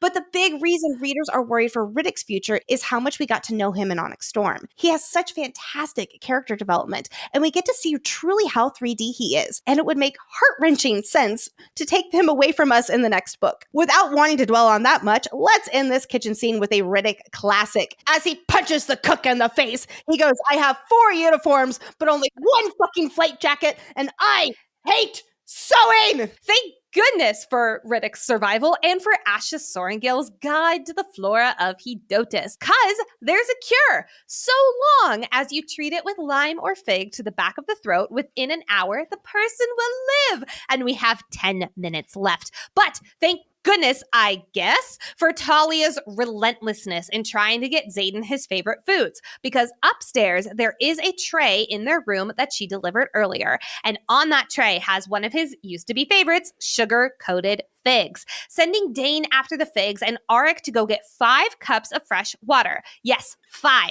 4 for the members of the triumvirate, and 1 to crush the fig into so Garrick can swallow it. As the waiting game begins in hopes that Garrick will wake up after the antidote gets in his system, we can't forget that the triumvirate members and Xaden's mom are slowly dying right now.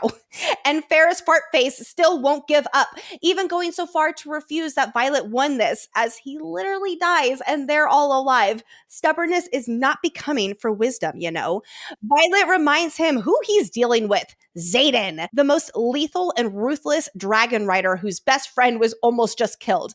And the jury's still out whether he'll wake up. Which he does, though, his eyes sputtering open as he gasps for air after the fig juice hits the back of his throat. But one of my favorite quotes ever is, "This is my least favorite aisle." But hey, he's at least alive. And to no one's surprise, except apparently everyone in the room, Xaden is fucking ready to kill Ferris.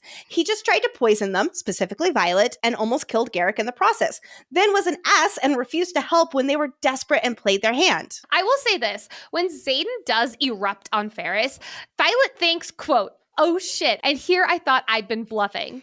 I love you, Violet, but what the fuck? What from Xaden's track record of literally becoming venom so you weren't hurt made you think he wouldn't kill Ferris for this? She got elbowed in the face in Doverelli and he killed 12 people. Yeah.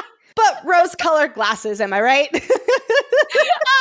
Except that does quickly disappear when Violet steps between Xaden and Riddick, who is trying his best to de-escalate the situation, so Riddick doesn't actually die, and not from the cook and a kitchen knife this time. It's time for an ice watch. Ice, baby. Do. That'll never get old, I'm sorry. Now, we don't get a mention necessarily of his glare being icy. Instead, we get our first, quote, "get off the ice." Remember earlier, he equated being on the ice to his version of being on the edge of that heartlessness. And every part of him wants to give into the surface beneath, the unfeeling, the murderous, the venom side calling to him. And here he's completely lost himself to the ice skater. And while he's not swimming, the person looking up at Violet is a stranger dressed up as the ice skating man that she loves. I cannot help but think about the end of the book. He is just keep swimming, fully swimming in the water. But Violet's "I love you" is what causes him to have that little sliver of soul stay in him. He might not be swimming yet, but here she begs him to look at her, to get off the ice, and he does, walking away from literally murdering fuckface Ferris. Like you said, he killed 12 people at the blink of an eye 2 islands ago, and I'm really surprised he did not kill Ferris. Like, I am quite shocked. I think he was going into that zone, and Violet this time was able to pull him out when he kind of held her to him last time so she couldn't do this. I don't think that was like on a purpose thing, but yeah, she had the opportunity to do it this time. Later, he'll insist on Violet making him a promise that she'll never put herself between him and someone else like she did with Riddick here. Quote, "There's no telling what I could have done to you." Violet may have been able to coax him off the ice in this instance, but he recognizes the true danger she put herself in, and he's terrified he won't be able to control himself and get off the ice one of these times. Violet is steadfast in her belief that he would never hurt her. Even when he's on the ice, he's still him, as she says. Except he argues that he's not, and he's too dangerous when he's like that. And it being him and his body, he knows that, and he's warning her. quote, I wouldn't be able to live with myself if I hurt you. That'll end up being how Violet draws the line when Riddick makes her create boundaries for her own and everyone else's safety. When Xaden hurts her, she knows he's too dangerous. But I'll also argue that Violet will never believe he's capable of hurting her until it's too late, and he does. No matter how venom he is, no matter how cold he gets, no matter if he's so cold he's part of the Arctic, she would not feasibly be able to wrap her head around that possibility. With at least their crew all alive, it's time to pack up and leave. Except we can't just leave the Triumvirate and Talia to die.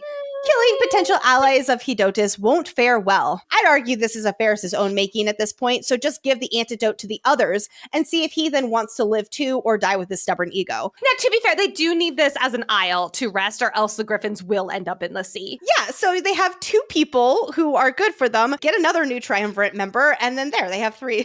But apparently Violet is nicer than I am, so she tells him what the poison is and begins preparing the antidote. So in order to ensure Quest Squad leaves unharmed, what'll it be? An alliance, an understanding, or a newly elected triumvirate? The answer is nope, still refusing, and convinced we'll shoot the dragons out of the sky, making it all worth it, even if Ferris, his wife, and the other 2 members of the triumvirate will die in the process.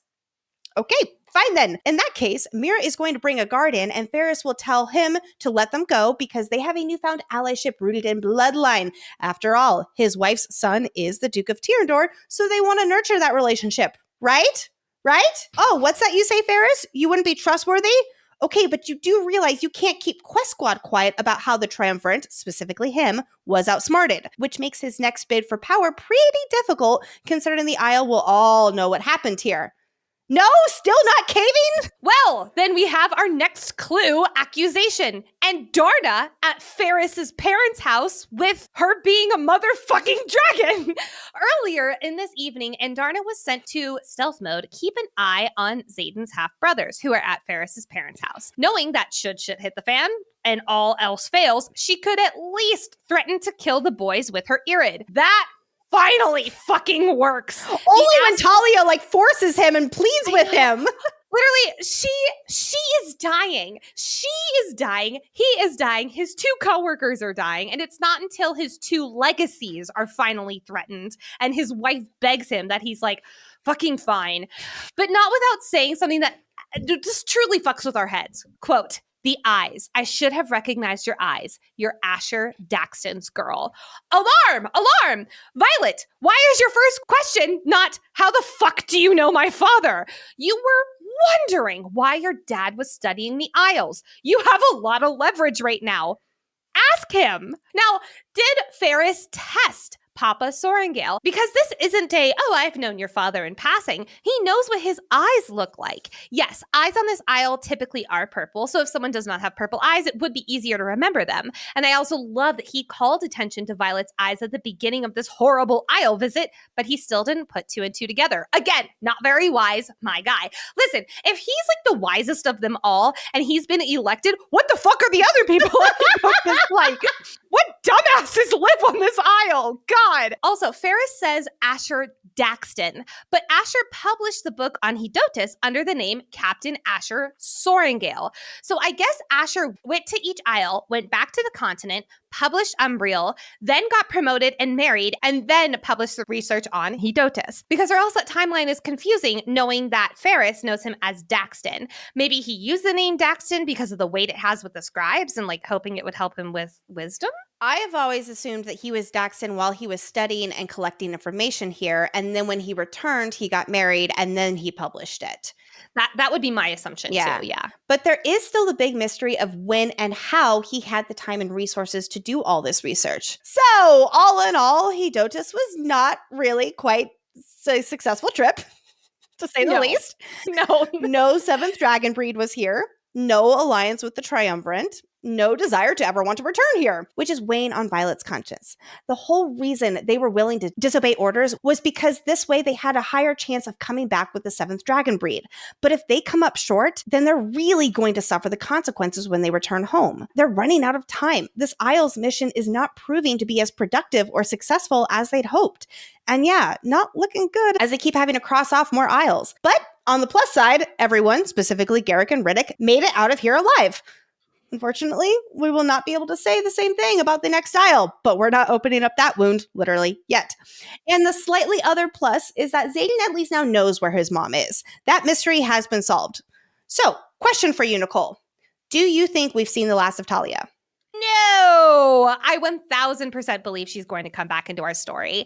There is quite a bit of foreshadowing, actually, in the stretch of chapters that Talia doesn't fully belong here. Her eyes are not purple, and instead they're similar to Xaden's. She's infatuated with all things colorful. She was overcome by the dragons when they first arrived. I feel like this is all foreshadowing for her to not belong on Hedotus, and instead she'll leave to join the fight on the continent, especially given how pissed off she is at her husband at the end of dinner. Talia is furious at Ferris for trying to poison Xaden, her son, and he's like, whatever. And he just seems like a peach of a husband. So while I initially would love the idea of her going to fight for the continent as well, we can't forget that she does have 2 young sons here still. I truly don't know if Ferris can come back from this gigantic L tattooed on his head. And maybe this is where she literally takes the boys and runs to Tyrrendor. I see what you mean, because I was going to say that I don't see her going to fight with the continent and leave her 2 sons behind. Yeah. I don't know if she would bring her sons with them. I could see her leaving her sons in Deverelli or something like that. Oh. But still, like, if she didn't do it for the Tyrrendor Rebellion, I don't know. I'll get to my thoughts here in a few moments because I have a few ideas. Well, you bring up a good point with if she didn't do that for the Tyrrendor Rebellion. It really does come down to the question of, has Talia seen enough to change her heart? No. Oh, I think yes. I think watching her son be threatened to almost die, I think that was enough. Also, Violet mentions how, quote, Hedotus hasn't entered a war or aligned itself with any kingdom at war in its recorded history. They aren't going to help us. And maybe it won't be all of Hedotus, because I absolutely don't see Ferris coming to their side. But I could absolutely see this as foreshadowing for someone bringing the might of Hedon to the continent to fight, like Talia. All in all, though, I do think that Talia will come back into our story. I do think she's going to come to Tyrrendor with her 2 sons, but then Xaden's not going to be there. It's going to be Violet as Duchess. And I think that they're going to develop some kind of, I'm going to say kinship lightly. I mean, if Violet and Kat can be friends now, I suppose nothing's out of the question. At least Talia directly didn't try to kill Violet. You can't say the same thing for Kat. I'm inclined to agree with you that, yes, she will come back into the story. I also think that the Isles will come back into play in this fight for the continent. Hedotus might not have an army, but I specifically see Talia feeling hung up on what went down during her son's visit. Her husband showed his true colors to her. Maybe it wasn't the first time, but we definitely saw it on the page here, to the point she had to beg him to save their children, and he did try to poison her oldest son. Yes, to him it might have been a test of wisdom, but tomato here. I feel like all of that might cause some tension in their marriage, especially when she had already been unimportant in her first marriage with Finn. As we've been saying, it's not answered when we meet her, but we do assume she holds some status outside of being in the triumphant. She holds some status on her own because she's married to a triumphant member. She was part of a marriage contract with the Duke of Tyrrendor, which I am still convinced Deverelli brokered. And now she's married to one of the most powerful elected people on the Isle. I can understand how some readers feel like this reveal about his mom was anticlimactic. We have heard that in the fandom. But I personally believe it's just the beginning, and this is only our introduction to Talia. She'll come back into our story, maybe help aid. I don't see her leaving 2 children, so I know that you're saying that she'll bring them to Tyrrendor. I don't know. Maybe she won't charge into help for the continent, but I could see her helping Violet with something and having her play a part in the second half of the series, potentially with finding some information. Maybe she will be Violet's in Hedotus going into the libraries and finding some research there. I don't know. We'll stop here for now and pick up with the arrival to Zelna next episode. So for now, we'll wave back to all the waving people, feel a little bit of magic coursing through us, and get excited to dive into all of it soon. I am so excited for next episode. Not only do we get Zelna, we get the Irids, and we get the slide whistle. I'm so excited. In this Signet Power segment of the episode, let's move to the power of precognition by turning our full attention to other important foreshadowing moments for the rest of this book, as well as speculations for books 4 and 5. I'll kick it off here. I feel like this is a regular in our foreshadowing segment, but I gotta call out all the Kat and Traeger foreshadowing. They're together and happy, and everyone else is so happy for them. it's really laying it on thick this stretch of chapters before what happens next episode. Xaden mentions how the serum and antidote, the 1-2 combo, would really help him and Violet's sex life if he wasn't sure that Sigale would torch him for blocking the bond. Now, if Xaden and Sigale's bond is broken next book, I think he might do this. Now, whether that's him sneaking and finding it on his own when, him and Violet are separated, or he's back with Violet, because I do think they're going to be back together, like in the same room permanently in the next book, then he'll start taking it. So are you calling it the Venom Viagra? Yes. Yes, I am. So proud of it. It's like the commercials you see to help your sex life and all of that. And there you go, Xaden. There's your Venom Viagra. Venom Viagra. Oh my God. Wow. All right. Violet says in her inner monologue that maybe her grandmama Niara knows about Asher's time on the Isles. You know who else would have? Ferris, but that's fine. Quote, if I ever get the courage to speak to her like Mira did, this is foreshadowing. Like, we are going to see Violet go to Grandmama Niara at some point next book. Arik says during dinner that he will fight in this war, quote, most likely die, and do so knowing I protected others. A lot of people believe that this is foreshadowing / Arik precognition, having shown him his own death protecting others, possibly in his squad. I don't think so, though, because A, I refuse Arik to die, and B, I really think he will end up King of Navarre. So because there's way more foreshadowing for that. See, I do think he may be saying that because he's seen it. However, it goes back to our reoccurring question. How does Arik's signet work? Does he see the future that can't be changed, which is kind of what you're saying here, why you don't think it would be the case? Or is he capable of changing it? Because I believe he very well may have seen himself fighting in the war and dying, but he's at peace with that because he did so protecting others. However, this line from him is very in character for Arik without his precognition signet. Back in Iron Flame, he made it clear the reason he is here is because he wants to fight in this war and protect others. He came into the Writer's Quadrant with this accepted fate and faces it with his head held high. So I could see it being either way. Rebecca really tripped us up by saying that his signet manifested before Quest Squad. Also, during dinner, Talia says that she wouldn't be surprised if Tyrandor regains its sovereignty during this war. I 1000% agree with you, Talia, and I think that's the only time I've said that. But this means my palace, my throne, my queen. Riddick says that he wants a patch for Quest Squad. Well, Rebecca Yarros in their Denver interview said, quote, I think that's going to be in another book. The patch is coming, friends! Since we've been talking a lot about our main character's potential connection to the gods, I have to pull out this line. Quote, Xaden's head falls back like he's giving thanks to Zanal, or perhaps Malik, for not claiming his best friend. There are theories upon theories that he is touched by Malik, and this feels like it's worth calling out. I don't know if I'm personally convinced yet, but I'd love if this was a little Easter egg to Xaden's connection with Malik. There is a really well thought out theory that I am so excited to get to, but not this episode.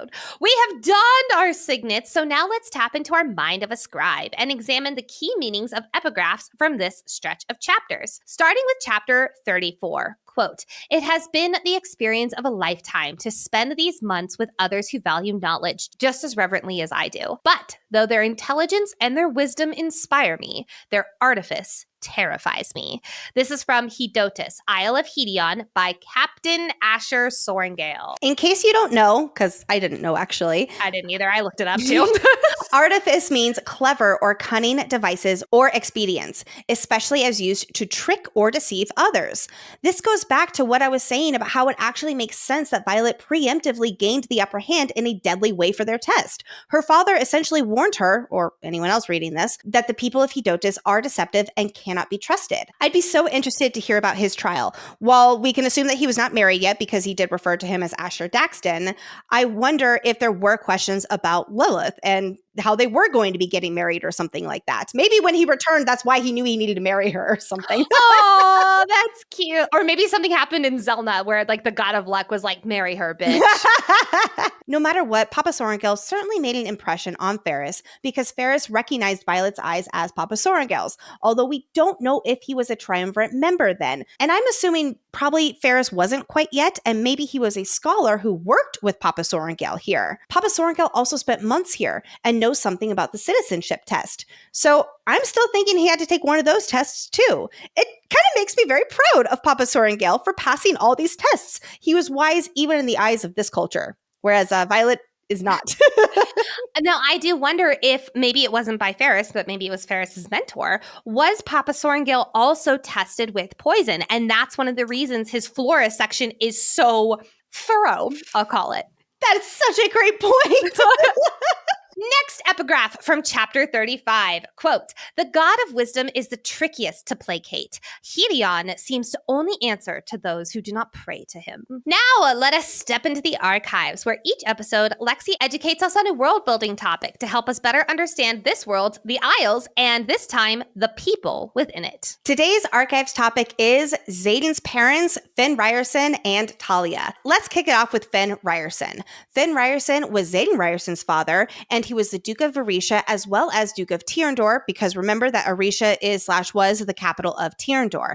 He was the leader of the Tyrish Rebellion, which coined him the nickname the Great Betrayer. His only known surviving relatives are Xaden, of course, and his nephew Bodhi Duran. He had an unnamed sister, Bodhi's mom, who was also executed alongside him after the rebellion. Finn's aide was Garrick's father, like how Daddy Atos was Lila Sorrengail's aide, but he was actually trustworthy and didn't suck. When Finn was 20, he entered the infantry quadrant. It was standard for aristocracy to go into the infantry because writers are discouraged from holding their family seats. Xaden has also shared that his father hoped he would go into the infantry like he did because Finn thought writers were pompous pricks. And hey, guess what? They are. After Finn graduated from Bisgayeth War College, he served his mandatory 4 years of service. After his service ended, he became the Duke of Aretia.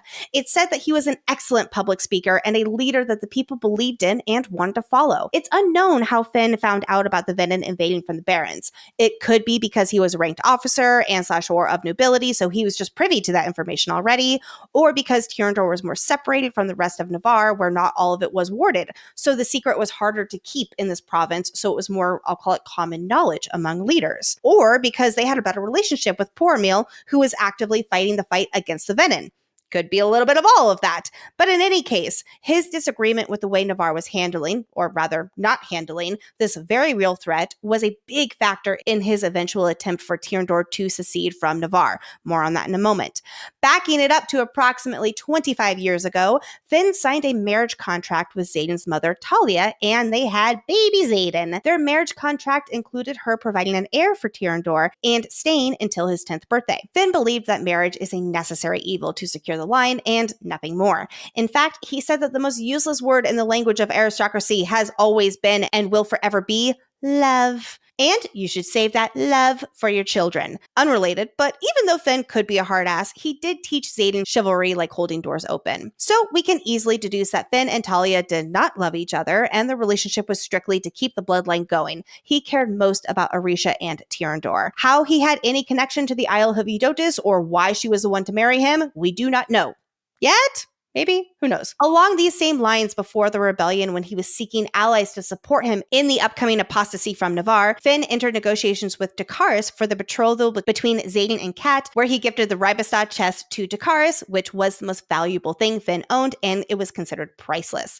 Dakaris was his first ally before the rebellion, though we also learned from King Cortland of Davarelli that Finn upheld his end of a bargain, even when it was unpleasant to do so, which it seems Xaden did not know anything about, and neither do we readers beyond that, when the bargain was, etc., etc. This rebellion lasted about a year, where the Tyrish fought against Navarre and declared independence. However, the rebellion ended up being unsuccessful thanks to the final battle of Aretia. According to field reports, Finn Ryerson shot Brennan Sorrengail in the chest with a crossbolt during this battle. Before the Battle of Aretia, Finn did send Xaden away for his own safety. This made Xaden angry at his father, so Xaden's last words to Finn were spoken in anger. Xaden has shared that he deeply regrets this, but he likes to believe that his father forgave him. I believe that too. After the Battle of Aretia and Brennan's death, or big quotations, death, Finn Ryerson was apprehended by General Lilith Sorrengail. While he was being interrogated, he accused King Tari and all the other previous monarchs of an unspeakable conspiracy,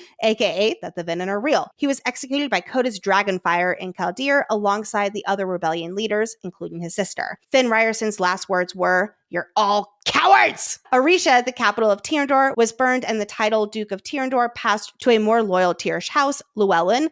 But turns out Llewellyn was secretly on their side, as we've talked about. Moving on to Talia, Xaden's mom.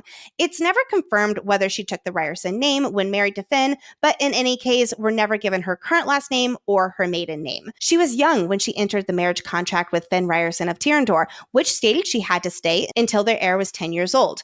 It was purely transactional, as we learned from Finn's correspondence where he said to save love for children.